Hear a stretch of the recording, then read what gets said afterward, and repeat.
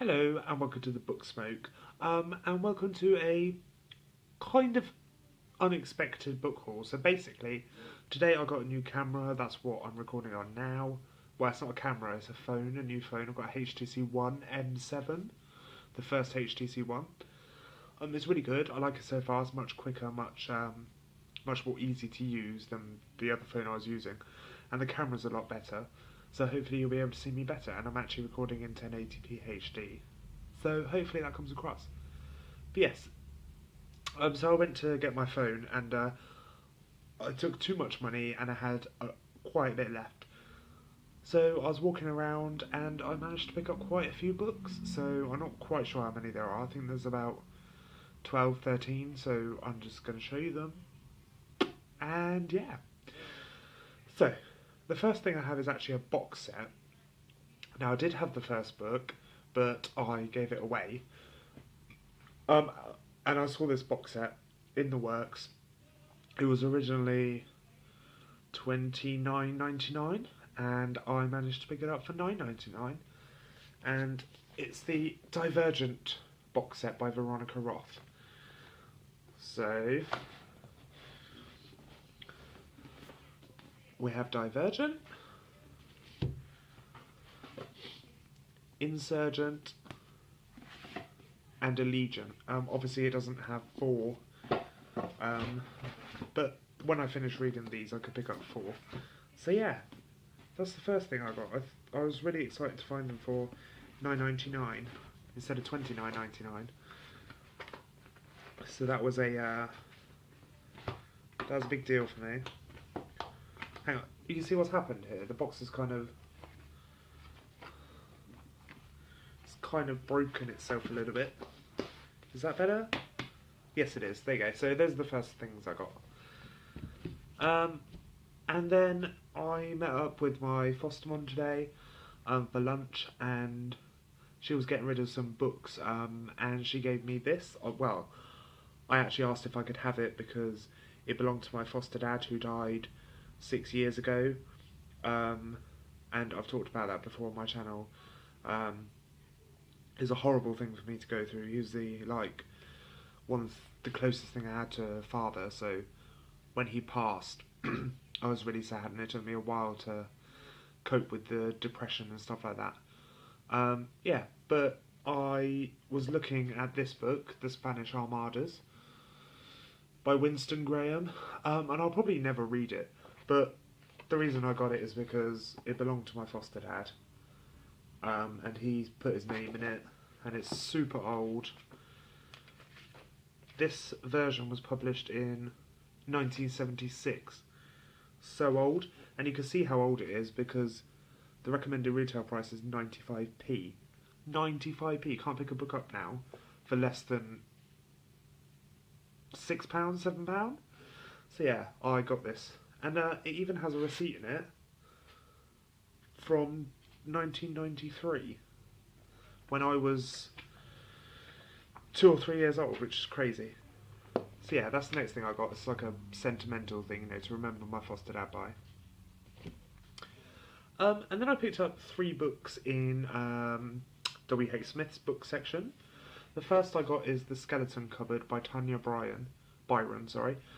This is Stories of Crisis, Sanity and Hope. And it's inspired by Professor Tanya Byron's years of training as a new and naive clinical psychologist. So yeah, these are stories from people she was treating and seeing. And I picked this up for £5. And on the back it's $8.99. So if you want this, go to W.H. Smith, pay a £5 for it. But yeah, I really like this cover, it's gorgeous. And it's much thinner than I thought. I also picked up Valentina by Kevin McDermott. And it says, much of the world is burning or flooded. The temperate zones are still habitable, and one small island is teeming with climate refugees. Life in the Badlands is dangerous, disease-ridden, violent and controlled by gangsters and terrorists. But Valentina lives high in the privileged citadel at the heart of the heavily protected Green Zone. She is the president's daughter, sheltered, spoilt and arrogant. When she makes a secret trip to the Badlands, however, with her friends Pippa and Damien, She is forced to face up to the realities of her life on the island and to the responsibilities her position brings with it. So I thought it sounded really interesting, and I really like this cover. So simple, but effective. And the last book I picked up in W.H. Smith's is Simon versus the Homo Sapiens Agenda by Becky Albertalli. And this has been getting a lot of hype on Booktube recently. What I know about it is it's about a boy in high school and he's gay, but he doesn't want to come out. And as somebody finds out, and they start blackmailing him because they know he's gay and he doesn't want anybody else to know. So I thought it sounded really interesting, and I've been excited to read it. And also I saw this on Charlie's channel, Do They Day Devours, and she talked about it, and I thought it sounded really interesting. And I've heard it's amazing, so I'm so excited to get to this one. And being gay myself, I think it's going to be a really heartwarming book, because I haven't really read any books with any gay characters or anything like that, or books about gay people. I know there's This Book Is Gay by James Dawson, which I might actually pick up at some point. But yeah, so I'm really excited to read a book from the perspective, written in the perspective of a gay boy. So I got that one. And then I went to the pound shop, and I managed to get 5 books in the pound shop. Now usually I go in there and they have nothing that I'm interested in, but this time I went there and they had 5, so I picked them up, obviously. So the first book I got is The Saw Man by Ronnie Hewitt, and I think this cover is really, really creepy, but so awesome. And Charlie, you might be interested in this one, I'm not sure. But I'll read you... don't know what to read. Right, okay, I'll read this little middle bit. I don't want this video to be super long. But it says, in the case of the Saw Man, Ahern discovers that the victims of the gruesome murders are even more evil than the perpetrator. He finds himself deliberating whether the murders are in society's interest, but as he wrestles with this moral dilemma and relives each shocking death, his struggle to find the answer almost unhinges him. This is an intriguing modern-day thriller that delves deep into the underbelly of crime and the psychotic criminal mind. The plot rattles along at a tremendous pace while compelling the reader to participate in resolving the moral dilemma and the appropriate punishment for unspeakable crimes. See, I just thought that sounded really interesting, because as weird and dark as it sounds, I really like reading and things about serial killers and psychopathical... I like psychopaths and things like that, you know. I'm interested in how their criminal minds work and all that stuff. So I thought this sounded really good, and I actually really like this cover. It was published in 2006, I think. Yep, it was published in 2006, but I really like this cover. The next book I got is The Many Deaths of the Firefly Brothers by Thomas Mullen. And the first bit on here says, Jason and Whit Fireson, the notorious bank robbing duo known as the Firefly Brothers, wake to find themselves lying on cooling boards in a police morgue. Riddled with bullet wounds, the reality is inescapable. They've been killed, but they're alive. That synopsis alone grabbed me. I think this sounds amazing. Charlie, you might be interested in this one as well. There's a few that she might be interested in. But yeah, I love this cover. I think it's absolutely amazing. And the back is kind of the same, but reversed and in green.